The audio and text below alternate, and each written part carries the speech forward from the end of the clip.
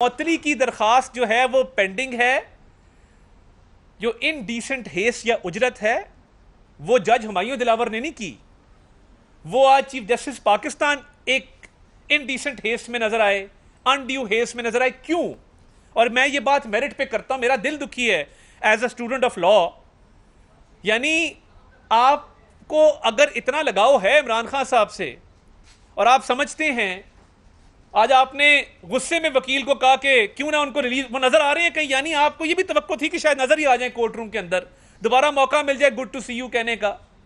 Last time जिस्मानी remand पे तहकीकाती इदारे की तहवील से छुड़वाया, और इस दफा इस्लामाबाद हाईकोर्ट के तो आपने हाथ बांध दिए ना। मुझे ये बताएं, इस्लामाबाद हाईकोर्ट ने कल अपील सुननी है, आपने जो आज किया है केस के साथ, उसके एक एक मेरिट को डिस्कस करके, उसकी फाउंडेशंस को शेक करके, कौन जूनियर जज ये हिम्मत या हौसला करेगा कि वो आपके जो आज आला इरशादात थे उनकी खिलाफ वर्जी की जुर्रत करे? कौन जूनियर जज ये जसारत करेगा कि आपके फरमुदात की खिलाफ वर्जी का ख्याल भी अपने जहन में लाए? और ये इतनी बड़ी नाइंसाफी है कि ये नहीं देखा कि जज हुमायूं दिलावर अकेला नहीं है, इसमें एक जज जफर इकबाल भी था। मैं आपको याद दिलाना चाहता हूं, ये मत भूलिए कि ये मुकदमा तोशा खाना का 11 माह चला है। 11 माह ये उजरत में फैसला नहीं हुआ। मुझे कोई और मुल्जिम बता दें जिसकी 40 से ऊपर हाजिरी माफी की दरखास्तें मंजूर की गई हों। कोई और मुल्जिम बता दें जिसका मुकदमा जिसमें 2 या 4 गवाह हैं वो 11 माह चला हो। कोई और मुल्जिम बता दें जिसका एक जज जो है उस पर प्रेशर डाल के उसको चेंज करवाया गया हो और दूसरे जज को गालियां देकर, उसकी जाली फेसबुक पोस्टें बनाकर उसको अंडर प्रेशर लाया गया हो। कोई और मुझे केस बता दें। आज कहा गया जी उजरत में किया गया है, आपकी बारी आ जानी थी। मेरा ख्याल है डर ये था कि शायद रिटायरमेंट नजदीक है तो ये इस्लामाबाद हाईकोर्ट अपील को लंबा ना कर दे, मेरे जाने के बाद मेरा महबूब जो है वो सुप्रीम कोर्ट में ना आ जाए। अगर मेरे जाने के बाद मेरा महबूब सुप्रीम कोर्ट में आता है तो मुझे उससे उसका दीदार करने का मौका नहीं मिलेगा, उसको रिलीज करने का मौका नहीं मिलेगा। आप जरूर रिलीज करें, मगर देखें एक प्रोसीजर है। आप इस्लामाबाद हाईकोर्ट की, और इस्लामाबाद हाईकोर्ट ने लंबी तारीख नहीं दी। इस्लामाबाद हाईकोर्ट ने क्या किया? इस्लामाबाद हाईकोर्ट ने एक दिन की तारीख दी है, यानी गुज़िश्ता कल मुकदमा लगा हुआ था, आइंदा कल की तारीख है, आइंदा कल वो मुकदमा अपील और सेंटेंस सस्पेंशन जो सजा की मौतली है वो कल सुनी जानी है।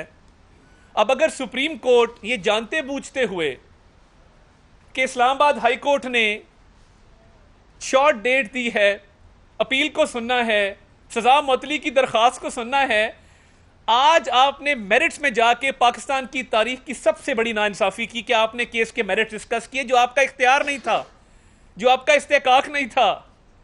आज आपने मैसेज दे दिया कि, और गुस्से में दिया कि हम इसको छोड़ना चाहते हैं। जब आप ये मैसेज देंगे, तारीख बिल्कुल उलट है। पनामा के अंदर सुप्रीम कोर्ट के जजेस का एक बेंच बनाया गया मॉनिटरिंग के तौर पे मियां नवाज शरीफ को सजा दिलवाने के लिए, और इधर आज एक मॉनिटरिंग बेंच बैठा है सुप्रीम कोर्ट का इमरान खान की सजा खत्म करने के लिए। तो ये जाने से पहले जो आपकी ख्वाहिशात हैं, ऑलरेडी आपकी फैमिली का एक बायस है, आपको रिक्यूज करना चाहिए। आपकी मदर इन लॉ की ऑडियो आने के बाद कि वो जलसों में शरीक होती हैं, वो ना सिर्फ जलसों में शरीक होती हैं, वो आपके साथी जजेस को फोन करती हैं। मैंने मुनीब से भी बात की है, मैंने फलां से भी बात की है। आपकी फैमिली का क्योंकि एक ताल्लुक है और वो जलसों में जाते हैं और आपके साथ बातचीत करते हैं केसेस के ऊपर, आपको ये केस नहीं सुनना चाहिए था। इसी तरह मज़ाहिर नकवी साहब हैं आला हजरत, उनको भी ये केस नहीं सुनना चाहिए था। उनके खिलाफ ऑलरेडी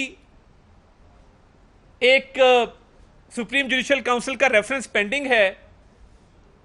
तो फिर क्या वजह है कि उनको भी बेंच से अलहदा नहीं किया गया? उनको भी बेंच से अलहदा होना चाहिए। ये तारीख रकम हो रही है एक मुल्जिम की खातिर, जिस मुल्जिम को उसकी सजा मुअत्तल करने के लिए सुप्रीम कोर्ट बेताब है, चीफ जस्टिस बेताब है। सारे रूल प्रोसीजर को वायलेट करते हुए, तमाम कवायद जवाबित को अपने पैरों तले रोनते हुए वेट कर लेते, इस्लामाबाद हाईकोर्ट ने कोई ना कोई फैसला तो देना है ना, और ये किसी को नहीं पता वो क्या फैसला होगा। वेट कर लेते कि वो स्टेज आती सुप्रीम कोर्ट में अपील की। मगर ये इतना अफसोसनाक अमर है कि आप वेट नहीं करते। इतनी बेताबी, इतनी बेचैनी क्या किसी बशीर, बूटे और अहमद के लिए भी होती है, जिनकी 2-2 साल अपीलें नहीं लगती? आप इस्लामाबाद हाईकोर्ट में देख लें, 2021 की अपीलें अभी तक पेंडिंग पड़ी हैं, मगर इसकी अपील जल्दी लग जाती है। क्या किसी, आज मैं बात करना चाहता हूं, क्या ये मज़ाहिर नकवी ने शाहरुख जतोई कत्ल केस में एक बासर मुलजिम को बाइज्जत बरी नहीं किया? कत्ल करने के बावजूद कत्ल का केस है और सुप्रीम कोर्ट से मुलजिम बाइज्जत बरी हो जाता है। उसके पास पैसे हैं, मालदार आदमी है, असर रखता है अपना। यही हाल है। किसी गरीब का केस जाएगा तो उठा के बाहर फेंकते हैं, परवाही नहीं होती, क्योंकि सास इन्वॉल्व नहीं है ना। सास को गरीब आदमी का दर्द नहीं है, सास को तो दर्द है कि मेरा कप्तान निकला है बाहर, मैंने उसके जलसे में शरीक होना है। और सास की नजर भी कमजोर है, क्योंकि लाखों लोग उनको नजर आ रहे थे सड़क पे, लाखों लोग होते नहीं है। और वही बात उन्होंने मुनीब साहब को भी बताई। तो देखें, अगर इंसाफ और अदल के निज़ाम के साथ ये खिलवाड़ करना है, पाकिस्तान की तमाम जेलें खोल दें। एक और खबर आपको दूं, सदर पाकिस्तान ने 14 अगस्त को, जिस तरह वो करते हैं ना, कोई भारतीय माहीगीर आ जाता है तो उसकी सजा माफ कर देते हैं, इमरान खान साहब की सजा में 6 महीने का उन्होंने कमी का ऐलान किया है। वो ऑर्डर मैं आपसे शेयर कर लूंगा। सदर पाकिस्तान ने 14 अगस्त के मौके पे भी डंडी मारी है। वो एक दिन था कि पाकिस्तान का झंडा लेके निकलते, कोई हुब्बुल वतनी का दर्स देते, कोई इस मुल्क की सालमियत के लिए दुआ करते, मगर उन्होंने क्या किया, उन्होंने 6 महीने सजा में जो है कमी का ऐलान कर दिया, रिमिशन अवार्ड कर दी। तो जहां पे लॉ नहीं होगा और मदर इन लॉ होगी, वहां पे कानून का राज नहीं होगा। फिर वहां पे फिर ऐसा ही होगा कि कोई भी कातिल, डाकू, कोई भी चोर, उसके लिए रास्ते खुले होंगे, अदालतें आउट ऑफ टर्न फेवर देंगी। और मैं, चलें पहले तो बतौर वजीर बात करता था ना, आज मैं एक पाकिस्तानी शहरी के तौर पे ये बात कर रहा हूं, और शायद जब मैं कुर्सी वजारत पे था उससे ज्यादा जोरदार बात कर रहा हूं, क्योंकि हमने इसी अदलिया के कॉज के लिए मारे खाई हैं, डंडे खाए हैं, जेलें बर्दाश्त की हैं। हमारा भी कोई कंट्रीब्यूशन है रूल ऑफ लॉ के लिए इस मुल्क में। तो मैं ये समझता हूं कि आज चीफ जस्टिस ऑफ पाकिस्तान ने जिस बायस का इजहार किया है, उनको फौरी तौर पे इस केस से अलहदा हो जाना चाहिए। और लगता है कि एजाजुल एहसन साहब और मुनीब साहब शायद अवेलेबल नहीं थे, वरना वो साथ बैठे होते। लगता है कि वो शहर से बाहर थे। और अब ये कहते रिजाल है कि जज नहीं मिल रहे साथ बैठने के लिए, क्योंकि जैसी रिटायरमेंट करीब आती है लोग आंखें फेर लेते हैं, लोग किबला दुरुस्त कर लेते हैं, लोग आने वाले की आओ भगत करते हैं, जाने वाले को कोई नहीं पूछता। तो इस वक्त तो आपको पाकिस्तान के दौरे कर रहे होना चाहिए, मुख्तलिफ बार्स आपको बुलाएं, आपकी शान में फेयरवेल डिनर्स करें। मगर ये 15-20 दिन रह जाने के बावजूद, जो वर्किंग डेज हैं उसके रह जाने के बावजूद, आपको अभी तक किसी ने फेयरवेल पे नहीं बुलाया। और आप उन्हीं हरकतों पे उतर आए हैं जिसमें कानून और आइन को एक शख्स के लिए मुअत्तल किया जा रहा है, पैरों तले रोंदा जा रहा है, और अपनी मर्जी के फैसले देने की कोशिश की जा रही है जनाब। और जो आप कंपनी की बात करें ना, देखें, ये फौज को बदनाम करना बंद करें, खुदा का वास्ता। नहीं, एक शख्स, मुझे पता ना, मेरी बात सुने ना, टॉक शो ना बनाएं। आपने एक सवाल किया ना, आपने नहीं, फौज से मोहब्बत नहीं आपको ना, ये कंपनी, मेरी अर्ज सुन लें, टॉक शो ना करें। मुझे, मैं हाथ जोड़ के आपसे गुजारिश कर रहा हूं, हाथ जोड़ के माफी मांग के आपसे आजाना मुद्दबाना गुजारिश कर रहा हूं, मेरा जवाब सुन लें। ये जो सोशल मीडिया पे कंपनी करके फौज को बदनाम किया जाता है ना, मैं इस पर भी बात करना चाहता हूं। रोज कंपनी ने ये कर दिया, कंपनी ने वो कर दिया। इसी कंपनी के बच्चे हैं जो सब हिलाली परचम में लिपटे हुए घर आते हैं, और जिनकी माएं, पता होता है बच्चा शहीद हुआ है, परचम को चूमती हैं, आंखों से लगाती हैं। कीमत भी अदा करनी है। ये तारीख का एक धारा है, किसी पे अच्छा वक्त है तो किसी पे बुरा वक्त है। मैं बिल्कुल इस बात को समझता हूं, तारीख के तालिब इल्म के तौर पे, एक स्टूडेंट लीडर रहा हूं, उस तौर पे इस बात को समझता हूं। मगर शाह महमूद कुरैशी साहब से लेके, फिरदौस आशिक से लेके, फवाद साहब से लेके, जितने लोग दाएं बाएं थे, क्या वो खुद ज्वाइन किए थे तहरीक इंसाफ? क्या तहरीक इंसाफ एक फितरी अमल के तौर पे सियासी जमात उभर के आई थी? क्या हमने जो 2 फिल्ट्रेशन प्रोसेस से हम गुजरे हैं, क्या हमारे पास अब एक फितरी सियासी जमात मौजूद नहीं है? ये सोचना चाहिए उन लोगों को जो आला कार बने थे और आज मुश्किल में। शिराजी साहब,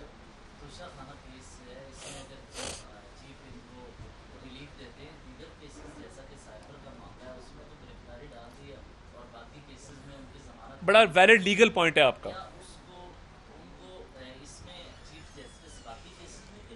देखिए दिल तो उनका करता होगा, मदर इन लॉ का भी दिल करता होगा, वो कहती भी होंगी उमर इसको रिहा कर दो। अब उमर पे है और राफिया पे है कि उमर और राफिया इसमें क्या किरदार अदा करते हैं, क्योंकि राफिया को भी उतनी परेशानी है जितनी मदर इन लॉ को है। ये जिनसे साथ ऑडियो थी ना, राफिया मैं बड़ी परेशान हूँ, लाखों बंदा जलसे में आया है, ख्वाजा तारिक रहीम साहब की अहलियाँ हैं, आप भूल गए। तो वो राफिया को भी परेशानी है, मदर इन लॉ को भी परेशानी है, उमर को भी परेशानी है। अब राफिया, उमर और मदर इन लॉ मिल के किस तरह निजात दिलाते हैं ये तो उन पे है। मगर साइफर के केस में कासिम के अब्बा 30 अगस्त तक जुडिशल रिमांड पे हैं। अगर कल उमर, राफिया और मदर इन लॉ मिल के कहते हैं कि रिलीज़ कर दें तो फिर क्या होगा? रिलीज़ नहीं हो सकेगा जो मेरा ख्याल है, क्योंकि 30 अगस्त तक तो वो साइफर के केस में वो पाबंद सलासिल हैं। जी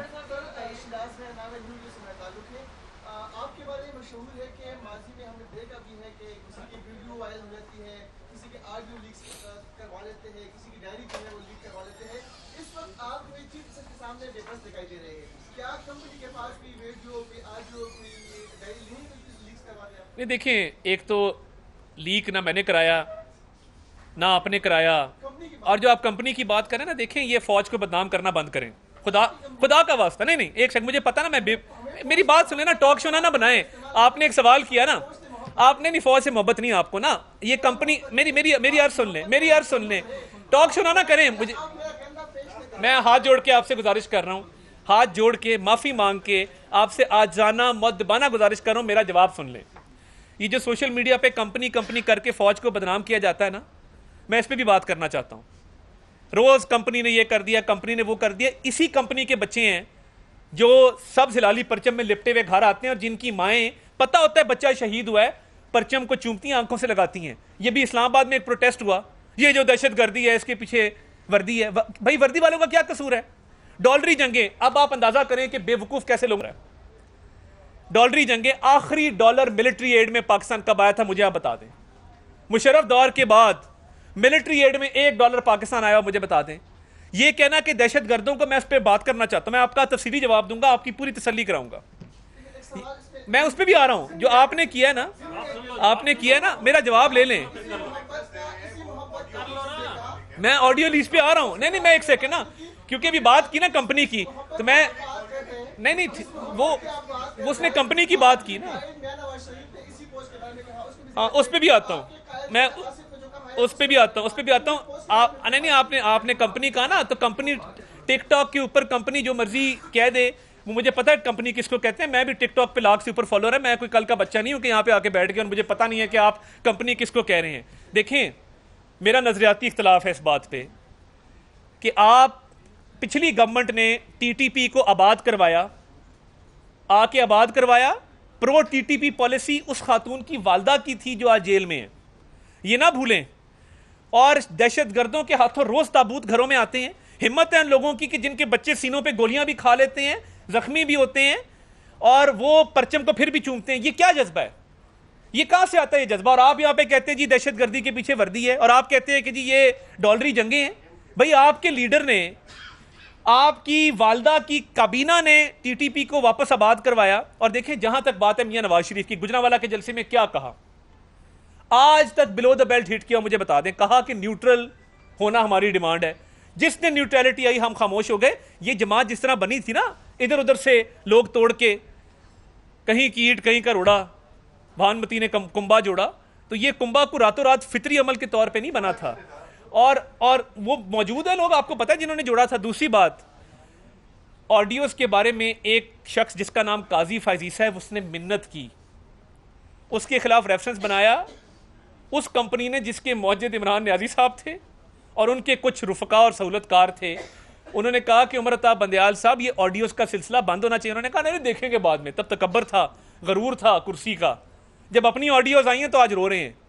तो बात ये है कि ऑडियोज कौन सा हैकर करता है, कहाँ से करता है, और आप जिन पे इल्ज़ाम धर रहे हैं, मैं इसको नहीं मानता। काश उस वक्त काजी फायजीसा की इल्तिजा सुन ली होती तो आज ये ऑडियोज वाला मामला ना होता। और आज मैं तोशा खाना पे बात करने आया हूँ क्योंकि चोरी के लिए किसी ऑडियो की जरूरत नहीं है, चोरी के लिए किसी डायरी की जरूरत नहीं है। चोरी एक साबित शुदा है और जिसमें रिलीफ देने के लिए लॉ की जगह मदर इन लॉ का सहारा लिया जा रहा है।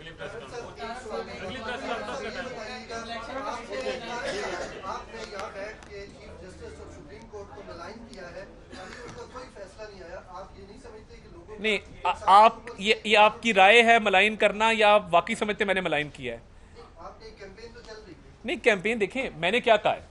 मैंने कहा है कि उनकी फैमिली के लिंक्स हैं, कि वो जलसों में जाते हैं, वो बायस्ड हैं, उनको रिक्यूज करना चाहिए। इंसाफ का तकाजा ये है कि वो मलाइन वाला लफ्ज़ गलत है मेरे हिसाब से। देखिए ना, मुझे हक हासिल है अपने ओपिनियन को एक्सप्रेस करने का। मैं ये समझता हूं कि वाकई उनको रिक्यूज करना चाहिए, उनको ये केस ही नहीं सुनना चाहिए, क्योंकि उनके लिंक साबित हैं। वो आए दिन उनको रिलीफ देने पे तुले होते हैं। Thank you.